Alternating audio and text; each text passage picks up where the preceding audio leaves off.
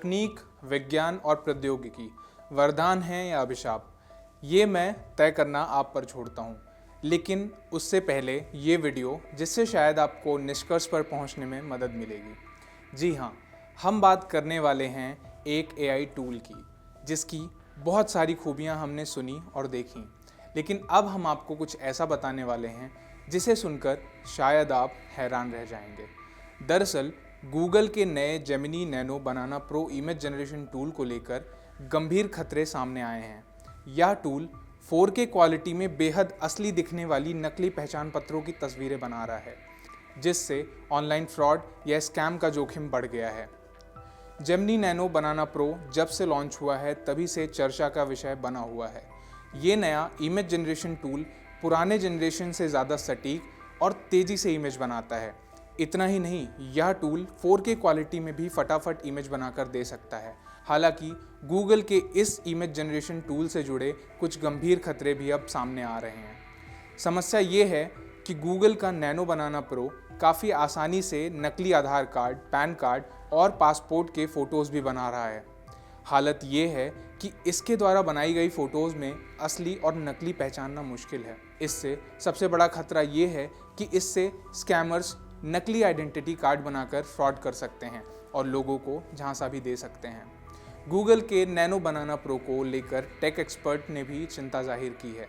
आइए जानते हैं कि इस इमेज जनरेशन टूल की क्या खामियां सामने आ रही हैं।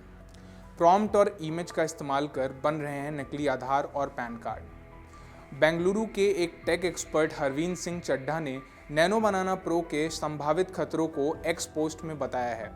उनका कहना है कि नैनो बनाना तो ठीक है, लेकिन इसके साथ में एक बड़ी समस्या है कि ये बिल्कुल असली दिखने वाले फर्जी आइडेंटिटी कार्ड बना रहा है।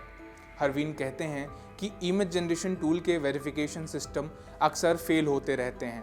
उन्होंने उदाहरण के तौर पर एक काल्पनिक व्यक्ति की फेक पैन कार्ड और आधार कार्ड की कॉपी बनाकर इस चीज को साबित किया। फोटो पर आ रहा वाटरमार्क। जेमिनी पर बनाई हर तस्वीर वाटरमार्क के साथ आती है। गूगल यह फीचर इसलिए देता है ताकि इस बात का पता लगाया जा सके कि इमेज एआई से बनाई गई है कि नहीं।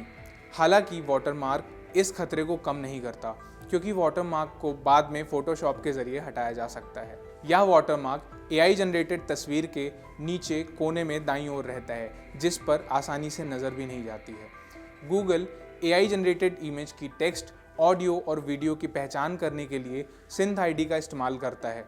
यह गूगल डीप माइंड द्वारा विकसित किया गया इनविजिबल यानी अदृश्य डिजिटल वाटरमार्क है, जो जेमिनी एआई से बनाए गए हर कंटेंट पर अपने आप एम्बेडेड हो जाता है।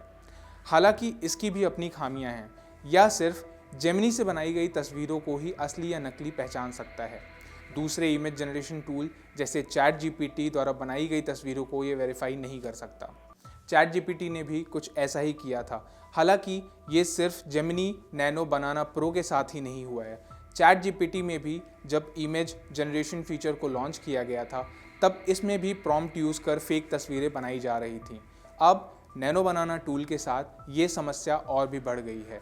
या चैट जीपीटी की तुलना में कहीं ज़्यादा बेहतर और असली दिखने वाली तस्वीरें बना रहा है।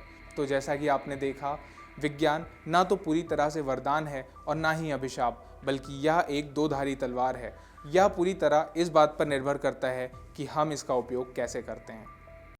अगर आप ये वीडियो YouTube पर देख रहे हैं तो हमारे चैनल को सब्सक्राइब कर बेल आइकन दबाएं, और Facebook पर देख रहे हैं तो हमारे पेज को लाइक करें।